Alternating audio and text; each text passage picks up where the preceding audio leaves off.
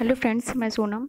मैं इस चैनल पर सारी थ्योरम्स कवर करवा रही हूँ। सर्किट थ्योरी पूरी पढ़ा रही हूँ, उसके अक्रॉस अभी थ्योरम्स करवा रही हूँ। इससे पहले मैं Thevenin theorem, maximum power transfer theorem, superposition theorem करवा चुकी हूँ। उसका लिंक मैं डिस्क्रिप्शन बॉक्स में शेयर कर दूंगी। आज का हमारा टॉपिक है नॉर्टन्स थ्योरम। आज हम नॉर्टन्स थ्योरम को डिस्कस करेंगे कुछ एग्जाम्पल के साथ। कुछ एक न्यूमेरिकल प्रॉब्लम लेंगे, उससे हम समझेंगे क्लियरली। तो स्टार्ट करते हैं।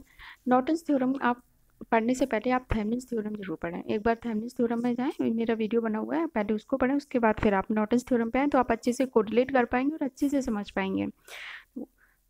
थेवेनिन थ्योरम में हमने क्या पढ़ा था, अगर कोई हमारा लीनियर बाई डायरेक्शनल सर्किट है तो उसको हम क्या कर सकते हैं, कोई लीनियर बाइलेटरल सर्किट है उसको हम क्या कर सकते हैं, उसको हम इक्विवेलेंट वोल्टेज सोर्स और रेजिस्टेंस से रिप्लेस कर सकते हैं, और जो रेजिस्टेंस होगा वो वोल्टेज सोर्स के साथ सीरीज में होगा। उसी तरह से नॉर्टन्स थ्योरम क्या कहती है, अगर हमारे पास कोई लीनियर बाइलेटरल नेटवर्क है उसको हम रिप्लेस कर सकते हैं एक करंट सोर्स से विद पैरेलल रेजिस्टेंस। यानी कि पूरे सर्किट को हम किससे रिप्लेस कर सकते हैं, करंट सोर्स, उसके पैरेलल में रेजिस्टेंस लगा दें।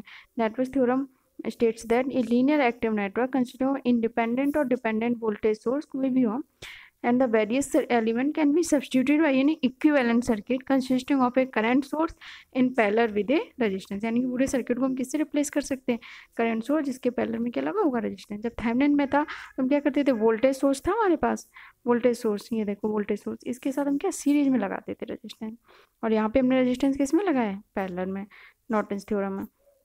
Norton's theorem reduce the network equivalent to circuit having one current source और parallel resistance and load। यही बात लिखी हुई है जो मैंने बताया। नॉर्टन्स थ्योरम कन्वर्स होता है थेवेनिन थ्योरम का। थेवेनिन थ्योरम में क्या होता है, वोल्टेज सोर्स होता है, इसमें करंट सोर्स होता है, उसमें रेजिस्टेंस सीरीज में होता है, इसमें पैरेलल में होता है नॉर्टन में। इसलिए इसे कहते हैं नॉर्टन्स थ्योरम जो है थेवेनिन थ्योरम का कन्वर्जन है, इस कन्वर्स है। इसीलिए मैंने आपसे कहा था कि आप पहले थेवेनिन थ्योरम पढ़ें, उसके बाद नॉर्टन्स थ्योरम पढ़ेंगे तो आपको ज़्यादा समझ में आएगा। It consist of equivalent current source instead of equivalent voltage source. में वोल्टेज सोर्स है, इसमें करंट सोर्स है, और determination of intelligence network is both the theorem.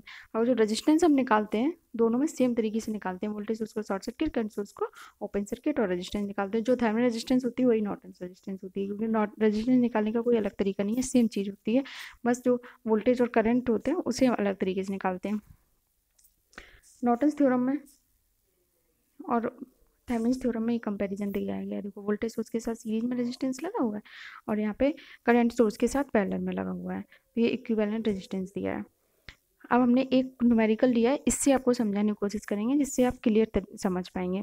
अब इस क्वेश्चन में find the current flowing through 40 ohm resistor by first finding a Norton equivalent circuit through terminal A and B. यानी कि question को हम और भी तरीके से कर सकते हैं, इस क्वेश्चन को केसीएल लगा के कर सकते हैं, और भी केसीएल लगा के कर सकते हैं, कई तरीके से कर सकते हैं, लेकिन हमें और कोई थ्योरम नहीं यूज़ करनी, कुछ नहीं यूज़ करना, हमें नॉर्टन्स थ्योरम का यूज़ करके ये करनी है, सॉल्व करना है क्वेश्चन। तो देखो हमें क्या निकालना है, करंट फ्लोइंग थ्रू 40 ओम, ये हमारा 40 ओम रजिस्टर है ए बी के अक्रॉस, यहाँ पे हमने निकालना है। तो जब हम थेवेनिन थ्योरम पढ़ते थे तो हम क्या करते थे, जो लोड रजिस्टर होता था उसे ओपन सर्किट यहाँ से हटा देते थे, ओपन सर्किट करेंगे, लेकिन नॉर्टन्स में हम क्या करेंगे, इसको शॉर्ट सर्किट करेंगे, इसको हटाएंगे नहीं। देखो यहाँ पे हमने क्या किया, शॉर्ट सर्किट कर दिया। यहाँ पे अगर ये इसकी जगह थेवेनिन होता तो यहाँ पे क्या हो जाता, ओपन सर्किट यहाँ पे, लेकिन नॉर्टन्स में क्या है, शॉर्ट सर्किट। हमने इसे सबसे पहले क्या किया, शॉर्ट सर्किट किया। अब देखो अब हम करंट कैलकुलेट करेंगे, जब शॉर्ट सर्किट कर दिया। अब देखो यहाँ पे मान वोल्टेज, हमने करंट क्या बताया था, हमेशा always flows from higher terminal to lower terminal. इसके अक्रॉस करंट क्या है, आई वन की वैल्यू क्या होगी, वी अपॉन आर। वोल्टेज कितना है 10, रेजिस्टेंस कितना है 10, वी अपॉन आर, 10/10, करंट कितना हो गया 1 एम्पियर। यहाँ पर देखो I2, current always flow higher terminal to lower terminal, इधर आएगा करंट। I2 क्या होगा, V upon R, V voltage कितना है 20 वोल्ट, रेजिस्टेंस कितना है 20 ओम, तो करंट कितना हो गया 20/20, 1 एम्पियर। इनकी 1 एम्पियर करंट यहाँ से आ रहा है, 1 एम्पियर करंट यहाँ से आ रहा है। तो केसीएल हमने क्या पढ़ा था, एक जंक्शन पे जितने करंट आते हैं अंदर उतने ही बाहर जाते हैं, sum of incoming current sum of outgoing current is equal to 0, algebraic sum, ठीक। तो इतना ही करंट इतना जाएगा, 1 एम्पियर यहाँ से आ रहा है, 1 एम्पियर यहाँ पे, तो यहाँ पे कितना करंट जाएगा 2 एम्पियर। यानी कि ए बी के अक्रॉस करंट कितना है 2 एम्पियर, ये आपको पता चल गया, यही हमने यहाँ पे निकाला हुआ है। 10/10 1 ampere, I2 20/20 1 ampere, short circuit total current कितना हो गया I1 + I2 2 एम्पियर। एक एक स्टेप लिखा हुआ है, अच्छे से समझ सकते हैं। अब हमें क्या करना है, इसका रेजिस्टेंस निकालना है। रेजिस्टेंस निकालने के लिए हमने क्या बताया था, रेजिस्टेंस जब भी निकालना है तो आपको क्या करना है, है, जो वोल्टेज सोर्स है उन्हें शॉर्ट सर्किट करना है, करंट सोर्स करंट सोर्स को ओपन सर्किट, वोल्टेज सोर्स को शॉर्ट सर्किट। अब यहाँ पे हमारे वोल्टेज सोर्स से करंट सोर्स तो है नहीं, ये दोनों सोर्स क्या हो जाएंगे, शॉर्ट सर्किट हो जाएंगे। ये देखो यहाँ पर हमने दोनों को शॉर्ट सर्किट कर दिया। अब ये दो हमारे टर्मिनल हमें ए और बी के बीच, ए बी के बीच में निकालना है, नहीं किसके बीच में निकालना है, ए बी के बीच में। ये दोनों टर्मिनल, इसके एक साइड ये 10 ओम का कनेक्ट है, इधर 10 ओम 20 ओम का कनेक्ट है, ये दोनों किस में हो गए, पैरेलल में कनेक्ट हो गए। तो टोटल इक्विवेलेंट रेजिस्टेंस हम निकालेंगे पैरेलल में, तो क्या हो जाएगा R1 into R2 upon R1 plus R2। तो हमने पैरेलल रेजिस्टेंस निकाला तो हमारा कितना आ गया 20 इंटू 10 अपॉन 20 प्लस 10 6.67 ओम, यानी कि इक्विवेलेंट रेजिस्टेंस है यही हमारा आर इक्विवेलेंट रेजिस्टेंस है, इसकी वैल्यू कितनी है 6.67 ओम। इसके बाद अब हमने नॉर्टन्स इक्विवेलेंट रेजिस्टेंस भी निकाल लिया और करंट की वैल्यू भी निकाल ली। अब हम नॉर्टन इक्विवेलेंट सर्किट ड्रॉ कर देंगे। अगर हम ऐसे क्या करते थे, थेवेनिन वोल्टेज निकाल लेते थे, थेवेनिन रेजिस्टेंस निकाल देते थे और फिर थेवेनिन वोल्टेज को सीरीज में लगा, थेवेनिन वोल्टेज की सीरीज में रेजिस्टेंस लगा के कनेक्ट कर देते डायग्राम। इसी तरह से हम नॉर्टन वाला डायग्राम बनाएंगे।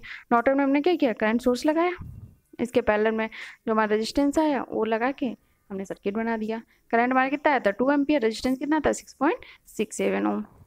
अब देखो, अब जो हमने रजिस्टर हटा दिया था सबसे स्टार्टिंग में, लोड रेजिस्टेंस, जब नॉर्टन थ्योरम अप्लाई की थी, नॉर्टन थ्योरम ने क्या किया था, लोड रेजिस्टर को हटा के वहाँ पे शॉर्ट सर्किट कर दिया था। तो अब उस रजिस्टर को हम यहाँ पे लगाएंगे। थेवेनिन में ओपन सर्किट कर दिया था और नॉर्टन में शॉर्ट सर्किट। अब जो हमने थेवेनिन थ्योरम बना, थेवेनिन सर्किट इक्विवेलेंट बना लिया पूरे रजिस्टर का, और फिर लोड रजिस्टर को उसमें भी अलग से लगाते हैं, तो इसमें भी ये तो थेवेनिन इक्विवेलेंट हो गया। अब हमने यहाँ पे क्या लगा दिया, अपना लोड रजिस्टर। लोड रजिस्टर लगा के अब देखो दो रजिस्टेंस फिर से पैरेलल में हो गए, तो इनका इक्विवेलेंट रेजिस्टेंस निकालना होगा। तो क्या हो जाएगा, R1 into R2 upon R1 plus R2। तो इनका इक्विवेलेंट रेजिस्टेंस कितना आ गया 5.72 ओम। अब देखो वोल्टेज अक्रॉस ए बी के अक्रॉस वोल्टेज कितना होगा, करंट कितना है हमारा 2 एम्पियर, रेजिस्टेंस कितना है 5.72, वोल्टेज अक्रॉस ए बी कितना होगा 11.44। अब करंट फ्लो 40 ओम के अक्रॉस करंट कितना फ्लो होगा, I equal to V upon R। Voltage कितना है 11.44, वोल्टेज हमने निकाल लिया ए बी टर्मिनल के अक्रॉस, और ए बी के अक्रॉस कितना 40 ओम का लोड लगा हुआ है, तो हमारा करंट की वैल्यू कितनी आ जाएगी 0.286 एम्पियर। यही पूछा था आइकम ने, पूछा था 40 ओम का जो लोड लगा उसके अक्रॉस कितना करंट होगा। अगर नॉर्टन्स करंट केवल पूछता तो आपको वही हो जाता 2 एम्पियर, लेकिन क्या टोटल करंट सर्किट पूछा 40 ओम के अक्रॉस, तो कितना हो जाएगा 0.286 एम्पियर। ये क्वेश्चन हमारा पूरा सॉल्व हो गया। अब इसके बाद ये जो क्वेश्चन है, फाइंड नॉर्टन इक्विवेलेंस, यानी कि अगर नॉर्टन इक्विवेलेंट तो आपको क्या नॉर्टन करंट निकालना है, नॉर्टन रेजिस्टेंस निकाल के फिर पूरा डायग्राम बना के लोड रेजिस्टेंस लगा के सॉल्व करना है, जैसे हमने अभी वाला क्वेश्चन किया था सिमिलरली। और इस सॉल्व करने के बाद इसका आंसर मुझे कमेंट बॉक्स में आप लोग करिए सब लोग, ठीक है। और अगर कोई प्रॉब्लम होती है, आपकी कोई क्वेरी है, आप मुझसे पूछिए। और अगर आप लोग जिस टॉपिक पर भी वीडियो चाहते हो, आपको जो टॉपिक में डिफ़िकल्टी आ रही हो, प्रॉब्लम आ रही हो, आप कमेंट बॉक्स में कीजिए, मैं उस टॉपिक पे वीडियो बनाऊंगी। और नेक्स्ट टॉपिक नेक्स्ट क्लास में। Thank you.